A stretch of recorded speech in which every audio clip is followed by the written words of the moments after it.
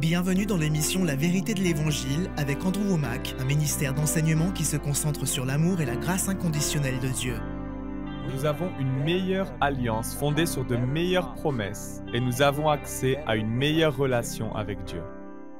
Nous étions désespérés et le message d'Andrew nous a apporté la vie.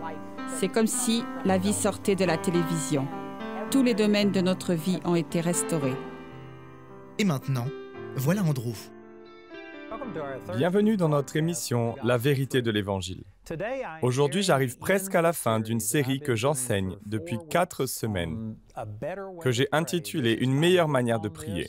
Nous proposons un livre du même titre et croyez-moi, cela changera votre vie. C'est radicalement différent de ce que la plupart des gens pensent et je vous promets que cela pourrait révolutionner non seulement votre capacité à prier, à recevoir et à voir des miracles se produire, mais cela a également le potentiel de changer complètement votre relation avec le Seigneur. Cet enseignement est excellent, je l'ai aussi en espagnol, en d'autres langues. J'ai aussi un manuel d'études, des CD, des DVD et la prochaine émission sera ma dernière opportunité de vous présenter ces ressources à la télévision. Je vous encourage donc à vous donner les moyens de vous les procurer. Mon objectif n'est pas de vendre mes produits, j'essaie simplement de répandre la parole. De plus, je sais que même si vous regardez chaque émission, le fait que l'enseignement soit divisé en petits segments de 30 minutes n'aura pas le même impact sur vous que si vous pourriez vous asseoir et lire tout l'enseignement en une seule fois, ou bien écouter ou visionner un CD ou un DVD en entier. Ça aura un effet de saturation. On peut prendre une éponge, la plonger rapidement dans l'eau et ensuite la retirer aussitôt. Elle sera peut-être mouillée sur les bords, mais si vous voulez que cette éponge soit saturée, vous devez la plonger dans l'eau et la laisser dans l'eau pendant un certain temps. Cela demande du temps et de la même manière, vous devez lire la parole de Dieu, la méditer et ensuite y revenir régulièrement. Cela changerait vraiment votre vie, je le crois. Un jour, le Seigneur m'a réveillé, j'ai mentionné cela dans une de mes émissions précédentes, et quoi qu'il en soit, le 4 novembre 2014, le Seigneur m'a réveillé et m'a dit « La raison pour laquelle je t'ai appelé, c'est pour changer l'opinion que les gens ont de moi. » C'est ce que le Seigneur m'a dit, qu'il veut changer notre opinion de lui. Puis il m'a dit « Plus l'opinion des gens changera à mon égard, plus leur vie changera. » Et ensuite, ils seront en mesure de changer le monde. Et je crois vraiment que c'est ce que Dieu m'a appelé à faire. Croyez-moi, vous devez laisser les choses s'imprégner et vous saturer. La société dans laquelle nous vivons a tendance à tout faire en petite quantité et par petits bouts. Et aujourd'hui, nous tweetons, nous communiquons avec de petites phrases.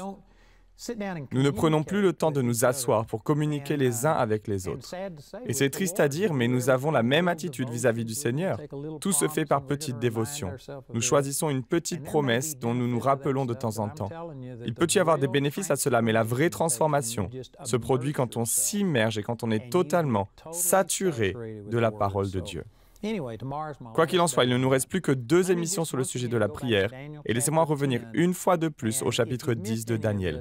Si vous avez manqué l'une de ces émissions, sachez que je n'aurai pas le temps d'y revenir et d'en reparler. Cependant, je peux vous dire que c'est puissant. Nous avons vu que Dieu a répondu immédiatement à la prière de Daniel. Dans le chapitre 9, il a fallu environ 3 minutes pour que la réponse à la prière se manifeste, et dans le chapitre 10, il a fallu environ 3 semaines. Pourtant, Dieu était le même dans les 2 cas. Dieu n'a pas répondu à une prière rapidement et à l'autre en 3 semaines. Il a répondu aux 2 instantanément, mais il y avait des éléments variables dans ces 2 situations, et aucun d'entre eux ne relevait de la responsabilité de Dieu. Dans le chapitre 10 du livre de Daniel, l'élément variable était le fait qu'une puissance démoniaque s'opposait à l'ange, qui apportait la réponse ou la provision de Dieu à Daniel. C'est une façon de penser totalement nouvelle pour beaucoup de gens. De nombreuses personnes pensent que si Dieu décide de faire quelque chose, boum, c'est accompli. Mais il existe le Dieu de ce monde qui entrave les choses de Dieu. Nous pouvons nous-mêmes entraver les choses de Dieu par notre propre incrédulité. Et puis il y a le fait que nous vivons dans un système déchu. Et beaucoup des choses auxquelles nous croyons, comme la prospérité financière, passent par les autres. Il est dit dans Luc 6,38 que Dieu va répondre à nos besoins à travers les hommes. Les hommes vous donneront dans votre sein. Lorsque d'autres personnes sont impliquées, qu'il s'agit de personnes déchues, corrompues, qui sont souvent influencées par Satan, autant qu'elles le sont par Dieu, c'est une recette propice au retard et à la procrastination. Cela ne veut pas dire que la volonté de Dieu ne sera pas accomplie. Cela veut dire qu'il y a des éléments variables auxquels vous devez faire face et que vous devez prendre en compte. Si le problème vient de vous, vous devez examiner votre cœur et vous assurer qu'il n'y a pas de porte d'entrée ou d'accès à Satan dans votre vie qui pourrait vous entraver. Par exemple, les Écritures parlent du non-pardon et du fait que si vous ne pardonnez pas, vous serez livré à vos bourreaux. Je crois que le non-pardon est une porte ouverte à Satan dans votre vie. Vous pouvez prier pour quelque chose et croire en Dieu pour votre guérison, pour votre prospérité ou autre, mais si vous nourrissez et entretenez le non-pardon dans votre cœur, Satan peut l'utiliser pour empêcher et retarder la manifestation de la réponse à votre prière. Cela ne signifie pas que Dieu n'a pas répondu à votre prière. Cela ne signifie pas non plus que Dieu n'a pas agi ou pourvu, mais cela révèle que Satan a un droit légal parce que vous nourrissez le non-pardon, alors que cela est contraire à ce que Dieu vous a dit de faire. Et ce n'est qu'un exemple. Il pourrait y avoir un millier de raisons différentes. Parfois, nous faisons nous-mêmes des choses qui nous entravent.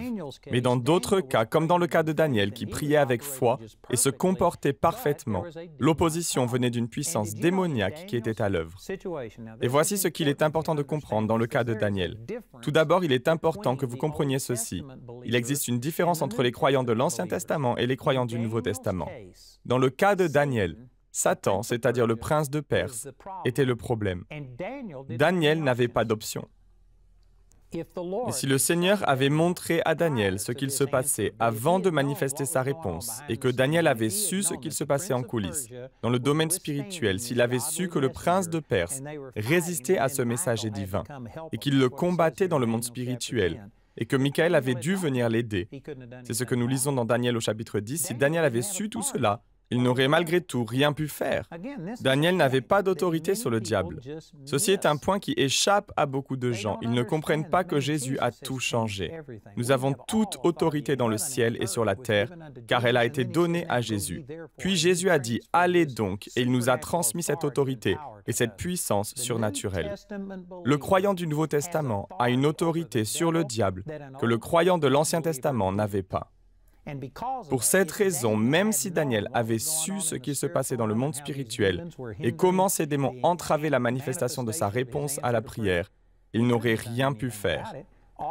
Tout ce que Daniel pouvait faire, c'était de continuer à tenir ferme et demeurer dans la foi. Et selon Éphésiens chapitre 3, verset 20, il est dit que Dieu peut faire infiniment plus que tout ce que nous demandons ou pensons, selon la puissance qui opère en nous. Dieu est tout-puissant, mais il doit couler à travers nous. Il n'y a pas de nous sans lui et il n'y a pas de lui sans nous. Ce n'est pas automatique et c'est une combinaison de ces deux choses. Nous sommes co-héritiers et Dieu coule à travers nous. Si Daniel avait baissé les bras et abandonné alors que le combat faisait rage dans les cieux et que le messager était sur le point d'arriver jusqu'à lui, si Daniel avait perdu la foi, Jacques chapitre 1 dit que si vous doutez, vous ne recevrez rien du Seigneur. Cela aurait tout arrêté d'un coup. Mais Daniel n'avait pas l'autorité pour s'occuper de cette opposition démoniaque. Tout ce qu'il pouvait faire, c'était de tenir ferme, de tenir bon. Voici une autre vérité concernant le diable que la plupart des gens ne comprennent pas. Satan n'a pas un sac à malice sans fond ou illimité. Il n'a pas 1 million de façons de vous combattre et de s'opposer à vous. Il est très limité. En fait, dans 1 Jean chapitre 2, il est dit « Tout ce qui est dans le monde, la convoitise de la chair, la convoitise des yeux et l'orgueil de la vie, ne vient point du Père, mais vient du monde. » Tout est résumé dans ces 3 domaines, à travers la convoitise de la chair, la convoitise des yeux et l'orgueil de la vie. Jésus a été tenté dans 3 domaines différents. On lui a demandé de transformer les pierres en pain, de se jeter du haut d'un temple, et de se prosterner et d'adorer Satan. Cela englobait 3 domaines spécifiques et je crois qu'ils sont liés, qu'il y a une corrélation. Satan ne dispose pas d'un nombre illimité de stratégies. Et après avoir tenté Jésus, nous pouvons lire cela dans Matthieu chapitre 4 et dans Luc chapitre 4, après la tentation. Il est dit, lorsque le diable eut achevé toute la tentation, il se retira de lui pour un temps. Et la terminologie utilisée ici montre que Satan a utilisé tout ce qu'il avait contre Jésus. Il a utilisé tout son répertoire contre Jésus, mais Jésus a résisté. Pourtant, il n'y a eu que 3 tentations. Ce que je veux dire par là, c'est que Satan ne peut pas vous combattre éternellement. Il est très limité dans ses capacités à vous opposer et vous combattre. Et il est dit dans 1 Corinthiens chapitre 10, verset 13, Dieu est fidèle et il ne permettra pas que vous soyez tentés au-delà de vos forces. Mais avec la tentation, il préparera aussi le moyen d'en sortir afin que vous puissiez la supporter. En d'autres termes, il y a des limites à ce que Satan peut faire. Je ne pense pas qu'il dispose d'un nombre illimité de stratégies pour vous combattre. Lorsque la situation atteint un point où elle devient totalement insupportable, même si vous avez fait quelque chose de mal, même si vous avez du non-pardon dans votre cœur, même s'il y a quelque chose que vous faites qui fait obstacle à Dieu, il vous suffit de tenir ferme ou de tenir debout, comme il est dit dans Éphésiens 6:13. Puis Satan finira par épuiser ses ressources et il vous aura jeté tout ce qu'il a à la figure. Si vous tenez encore ferme et que vous êtes encore debout, alors dans un sens, vous gagnez par défaut. Satan ne pourra pas aller plus loin, il n'a que des moyens limités pour vous combattre.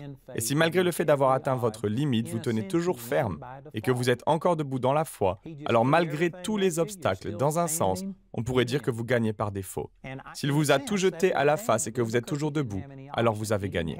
C'est également ce que Daniel a fait car il n'avait pas d'autres options. Il n'avait pas d'autorité sur le diable. Je ne sais pas combien d'entre vous l'ont remarqué, mais dans l'Ancien Testament, Satan ou le diable n'est mentionné que 15 fois. Il est mentionné 12 fois dans le livre de Job seulement. Et cela se passait dans les coulisses car Job ne connaissait pas le diable et ce qui se passait dans les cieux. Néanmoins, cela est mentionné dans la narration du livre de Job. Donc le livre de Job nous parle de Satan. Puis hormis le livre de Job, il y a 3 autres occasions où Satan est mentionné dans tout l'Ancien Testament. Et on trouve 2 de ces 3 exemples dans le récit où Satan a tenté David pour qu'il fasse le dénombrement d'Israël. Il faut savoir qu'il s'agit d'un seul et même cas, rapporté à 2 endroits différents dans la Bible. Donc si vous considérez Job comme un exemple, puis l'occasion où Satan a tenté David pour qu'il dénombre les enfants d'Israël, cela signifie qu'il n'y a en réalité que 4 occasions distinctes où Satan est mentionné dans tout l'Ancien Testament.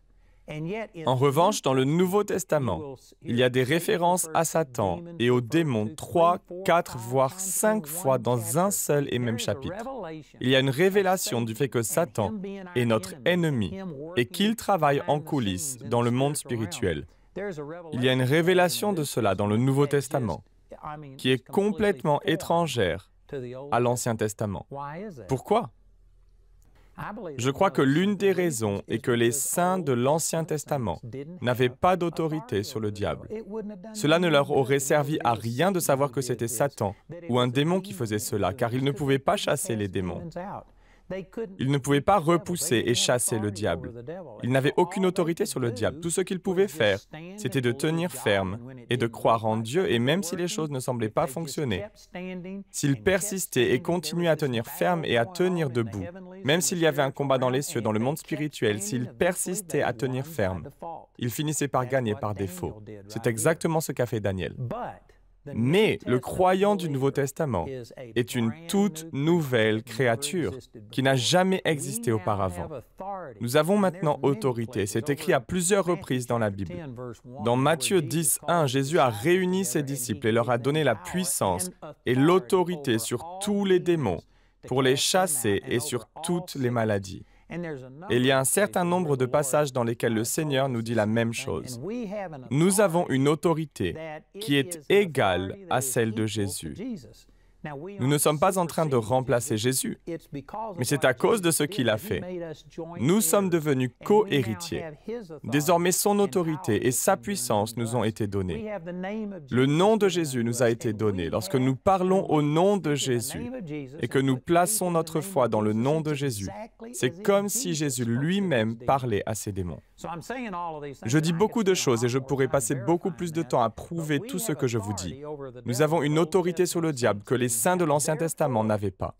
Par conséquent, si nous sommes dans une situation comme celle de Daniel, c'est-à-dire que nous opérons dans la foi et que ce n'est pas quelque chose que nous faisons qui engendre le retard, si nous tenons ferme dans la foi et que Satan est celui qui fait obstacle aux réponses à nos prières, nous devons comprendre que nous avons une autorité que Daniel n'avait pas. Nous pouvons prier, découvrir où se situe le problème, prendre autorité sur le diable et ainsi raccourcir le temps d'attente pour que la réponse se manifeste dans le domaine physique, d'une manière que Daniel ne pouvait pas le faire. Donc saviez-vous que de nombreux chrétiens du Nouveau Testament ne comprennent pas les choses dont nous parlons et ils ne connaissent pas leur autorité spirituelle, et du coup, ils vivent en quelque sorte comme des personnes de l'Ancien Testament. Ils vivent comme Daniel. Ils tiennent ferme. Ils sont debout et croient en Dieu pour quelque chose, et ils s'accrochent comme un chien s'accroche à son os. Ils tiennent cet os comme si leur vie en dépendait, pendant que le diable les jette dans tous les sens, les traîne dans la boue, les frappe de toutes sortes d'attaques, mais ils ne renonceront jamais à leur foi. Et même si le diable leur fait subir tout ce qu'il a à sa disposition, ils vont s'accrocher malgré tout à leur foi. Et du coup, ils vont finir par gagner par défaut. Il n'y a pas de mauvaise façon de gagner. Si vous gagnez par défaut, alors même si Satan vous roue de coups et que vous vivez des moments très difficiles, si vous restez debout et que vous gagnez, alors loué soit Dieu. Mais je répète qu'un croyant du Nouveau Testament a d'autres options. L'une d'entre elles est de découvrir votre autorité. Et si vous savez que c'est le diable qui entrave et retarde votre réponse, alors vous pouvez le lier. Vous pouvez le chasser. Vous pouvez régler et traiter le problème. J'ai utilisé un exemple dans l'émission précédente, alors je ne vais que m'y référer rapidement. Mais un homme avait entendu cet enseignement. Pendant 2 ans, il a demandé à Dieu de l'aider à vendre sa maison. Et il avait finalement réalisé que Dieu avait parlé à quelqu'un 2 ans auparavant, dès le premier jour où il avait commencé à prier. Il avait alors compris que c'était le diable qui retardait la réponse. Il ne savait pas exactement comment le diable faisait obstacle à la vente. Alors il s'est mis à prier, à intercéder, à prier en langue, et le Seigneur a parlé à travers lui, à travers sa foi, et il a pu traiter le problème. Ainsi, il a été en mesure de raccourcir le délai de la manifestation de sa réponse. La maison était sur le marché depuis 2 ans, et en 2 jours, elle a été vendue. Ensuite, d'autres personnes m'ont entendu enseigner sur le même sujet. Ils avaient une maison à Colorado Springs, une maison qui coûtait cher, j'ai oublié sa valeur. Mais en tous les cas, c'était une maison relativement chère. Ils avaient dû baisser le prix de plusieurs dizaines de milliers d'euros. C'était une réduction de 10 ou 20% sur le prix initial de la maison. Lorsqu'ils m'ont entendu enseigner sur ce sujet, ils ont remis le prix de vente à son montant initial. Puis ils ont commencé à intercéder, à lier le diable et à dire au nom de Jésus, Dieu a déjà parlé à quelqu'un. Satan, tu n'as aucun droit sur leurs finances. Ils ont commencé à prier et à prendre autorité dans la situation et 2 jours plus tard, la maison a été vendue au prix initial, soit beaucoup plus que le prix auquel ils allaient la vendre. Cela s'est fait en 2 jours. C'est un exemple parfait de ce dont nous parlons aujourd'hui.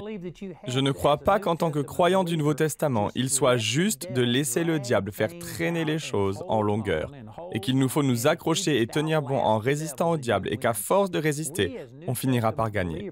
Non, en tant que croyants du Nouveau Testament, nous avons une autorité que Daniel n'avait pas, que les croyants de l'Ancien Testament n'avaient pas. Si nous croyons que Dieu a répondu à notre prière au moment même où nous avons prié, si nous croyons selon Marc 11, 24, que nous recevons lorsque nous prions, alors nous aurons la réponse au futur. Mais nous devons croire que Dieu a déjà donné. Dieu a déjà libéré la puissance. Et si je crois vraiment cela, alors peu importe ce qui entrave mes prières, il me suffit de recevoir la sagesse de Dieu, de m'emparer de mon autorité, de parler à cet obstacle, ou cette entrave, ou autre, et je peux me débarrasser de ce problème. Et lorsque nous avons emménagé dans notre bâtiment à Colorado Springs, il s'agissait d'un bâtiment de plus de 10 000 mètres carrés, et seuls 900 mètres carrés étaient prêts à être utilisés en tant qu'espace de bureau. Le reste du bâtiment avait été utilisé comme entrepôt où l'on travaillait le bois et où l'on fabriquait des armoires haut de gamme et des choses de ce genre. Et il fallait le vider complètement, y installer la plomberie et tout le reste, et ainsi terminer les travaux. La rénovation de ce bâtiment devait coûter 3,2 millions de dollars. Et j'ai essayé pendant 9 mois d'obtenir un prêt pour la construction. Et l'agent financier qui suivait notre dossier m'a dit « Pas de problème, votre dossier a déjà été approuvé, la semaine prochaine vous aurez votre argent. » Et chaque fois, il me répétait « La semaine prochaine » et cela a duré 9 mois. Au bout de 9 mois, il m'a dit « Cela fait tellement longtemps depuis que nous avons reçu l'approbation. Je propose qu'on fasse une nouvelle évaluation pour l'achat de ce bâtiment et que nous recommencions tout le processus depuis le début. » Je voyais gros comme une maison qu'il allait se reproduire la même chose et que ça allait être encore 9 mois de plus à m'entendre dire la même chose. Alors j'ai fini par dire, c'est inacceptable. Notre école était située dans un petit bâtiment de 1400 mètres carrés et nous étions vraiment très à l'étroit. Cela limitait la croissance de l'école. Il fallait absolument terminer les travaux. Et plutôt que de continuer à avancer dans la même direction et de recommencer le processus d'évaluation, j'ai simplement dit non, quelque chose ne va pas. Et j'ai dit que j'allais trouver une solution, que j'allais prier à ce sujet.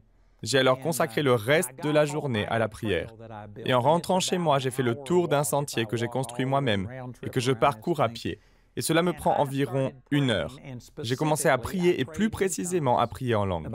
La Bible dit que lorsque vous priez en langue, c'est votre esprit qui prie.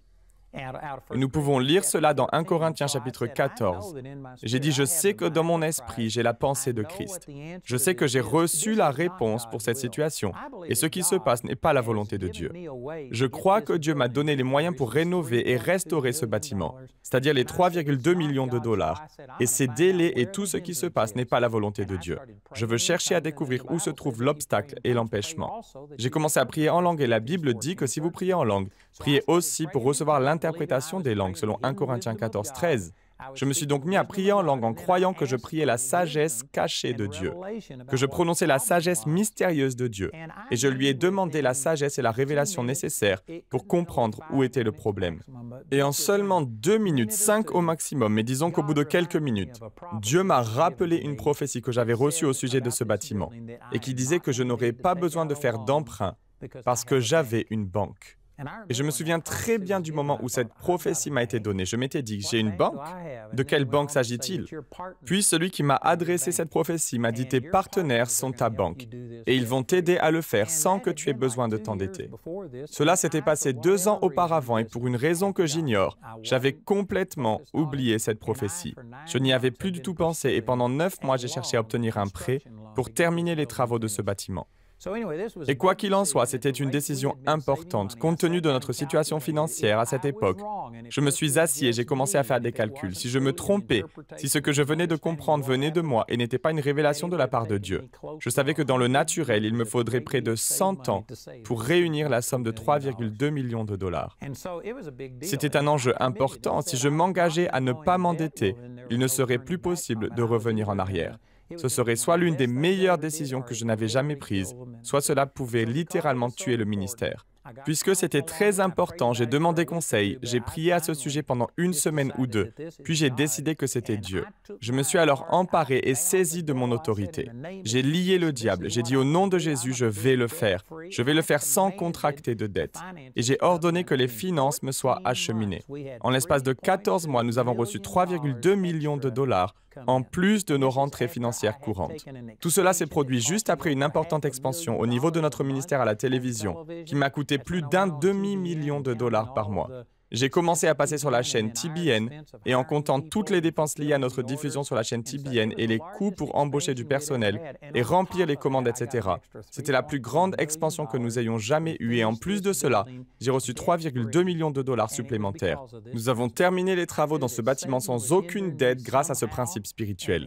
Je savais que c'était Satan qui s'opposait à moi et dans ce cas précis, c'était parce que je ne suivais pas la direction de Dieu. Et au moment où je me suis aligné avec Dieu et sa volonté, que le Seigneur m'a montré cela, j'ai agi en conséquence et les finances ont été débloquées. C'est la même chose pour chacun d'entre vous. Je peux vous garantir que si vous avez prié pour quelque chose conformément à la volonté de Dieu, Dieu a répondu à votre prière, mais il se peut que vous ayez besoin de faire des réajustements, de vous aligner à la volonté de Dieu, d'agir différemment, d'identifier que le diable vous résiste ou peut-être d'autres personnes. Et je continuerai à en parler dans notre prochaine émission. Le programme d'aujourd'hui fait partie de la série « Une meilleure manière de prier ». Nous espérons que ce message vous a béni. Notre ligne téléphonique est ouverte aux heures indiquées à l'écran. Appelez-nous si vous avez des questions sur ce programme, si vous avez besoin de prière ou si vous désirez commander l'un de nos enseignements. Vous pouvez nous contacter au numéro qui s'affiche à l'écran. Ce programme a été rendu possible grâce au soutien financier de nos partenaires. Si vous souhaitez devenir partenaire, vous pouvez le faire en appelant ces numéros. Si vous souhaitez vous procurer nos ressources, vous pouvez le faire en vous rendant sur notre site awmi.fr. Nous envoyons nos colis dans toute la francophonie. Vous pouvez aussi opter pour les fichiers audio MP3 et vidéo MP4 sur clé USB. Les 20 émissions de cette série sont disponibles en DVD pour 22 €. Vous pouvez également vous les procurer en CD pour la somme de 15 €. Si vous commandez les 2 albums, CD et DVD de manière simultanée, le prix de l'ensemble baisse à 30 €. Pour tous nos téléspectateurs qui se trouvent en dehors de l'Europe, tous les produits que nous vous présentons sont disponibles grâce à nos bureaux dans votre région. Vous pouvez les contacter grâce aux détails qui s'affichent sur votre écran afin de connaître le prix dans leur monnaie locale. Andrew a à cœur que chacun puisse écouter ou regarder ce programme à sa convenance et puisse le partager avec d'autres. Si vous ne pouvez pas vous permettre d'acheter cette série, nous vous enverrons un lien afin de télécharger gratuitement l'enseignement de cette semaine en version audio MP3. Pour cela, il suffit de nous appeler. Notez que vous ne pouvez profiter de cette offre qu'en appelant notre ligne téléphonique. Vous pouvez nous appeler dès maintenant au numéro qui s'affiche sur votre écran. Nous nous ferons un plaisir de répondre à vos questions, de prier avec vous ou de vous aider à commander l'un de nos enseignements. Notre ligne sera ouverte pendant les heures indiquées à l'écran. Toutes les ressources d'Andrew en français se trouvent dans les boutiques en ligne des sites internet de nos bureaux affichés à l'écran. Nous espérons avoir de vos nouvelles aujourd'hui. Vous avez été créé dans un but précis, qui a été inscrit dans le cœur de Dieu, bien avant votre naissance. Il vous appelle à le découvrir. Vous êtes né pour un temps comme celui-ci, pour être un disciple, pour tourner le dos au monde et suivre Dieu. Vous avez été créé avec une destinée que vous seul pouvez accomplir et réaliser. Allez donc, faites de toutes les nations des disciples. Baptisez-les au nom du Père, du Fils et du Saint-Esprit, et enseignez-leur à mettre en pratique tout ce que je vous ai prescrit. Et moi, je suis avec vous tous les jours, jusqu'à la fin du monde. Nous voulons vous aider à connaître Dieu, à faire l'expérience de son amour inconditionnel. Nous voulons vous équiper et vous donner les moyens d'être quelqu'un qui change le monde. Bonjour, je suis Andrew Mack et je voudrais vous informer que nous avons maintenant une école biblique Charis à Nice, en France. Elle fonctionne sous le système hybride, c'est-à-dire que les étudiants se réunissent quelques samedis dans l'année. Mais nous avons dorénavant aussi des cours par correspondance. Pour certains d'entre vous, le fait de vous déplacer ne serait-ce qu'un samedi par mois est impossible. Si c'est votre cas, nous avons une solution et il vous est toujours possible de suivre les cours grâce à l'école biblique Charis en ligne. Notre cursus par correspondance a maintenant été traduit en français et ainsi, où que vous soyez géographiquement, vous pourrez bénéficier des cours de notre école biblique. Je peux vous garantir que la chose la plus importante que vous puissiez faire dans votre vie, c'est de prendre la parole de Dieu et la semer dans votre cœur. C'est la semence qui fait pousser tout le reste dans le royaume de Dieu. Dieu a dit, c'était dans l'Ancien Testament, mais cela nous concerne aussi aujourd'hui. Il a dit que son peuple était détruit par manque de connaissance. Le manque de compréhension de la parole de Dieu est à la racine de tous nos problèmes. Nous avons donc rendu notre cursus disponible. Et si vous n'êtes pas en mesure de vous déplacer à Nice, en France, là où se trouve notre école biblique, il vous sera malgré tout possible de suivre nos cours en français par l'intermédiaire de notre école biblique Charis par correspondance. Les informations à ce sujet vont s'afficher à l'écran et je vous encourage à vous renseigner et à envisager de faire le pas de devenir étudiant de notre école biblique Charis.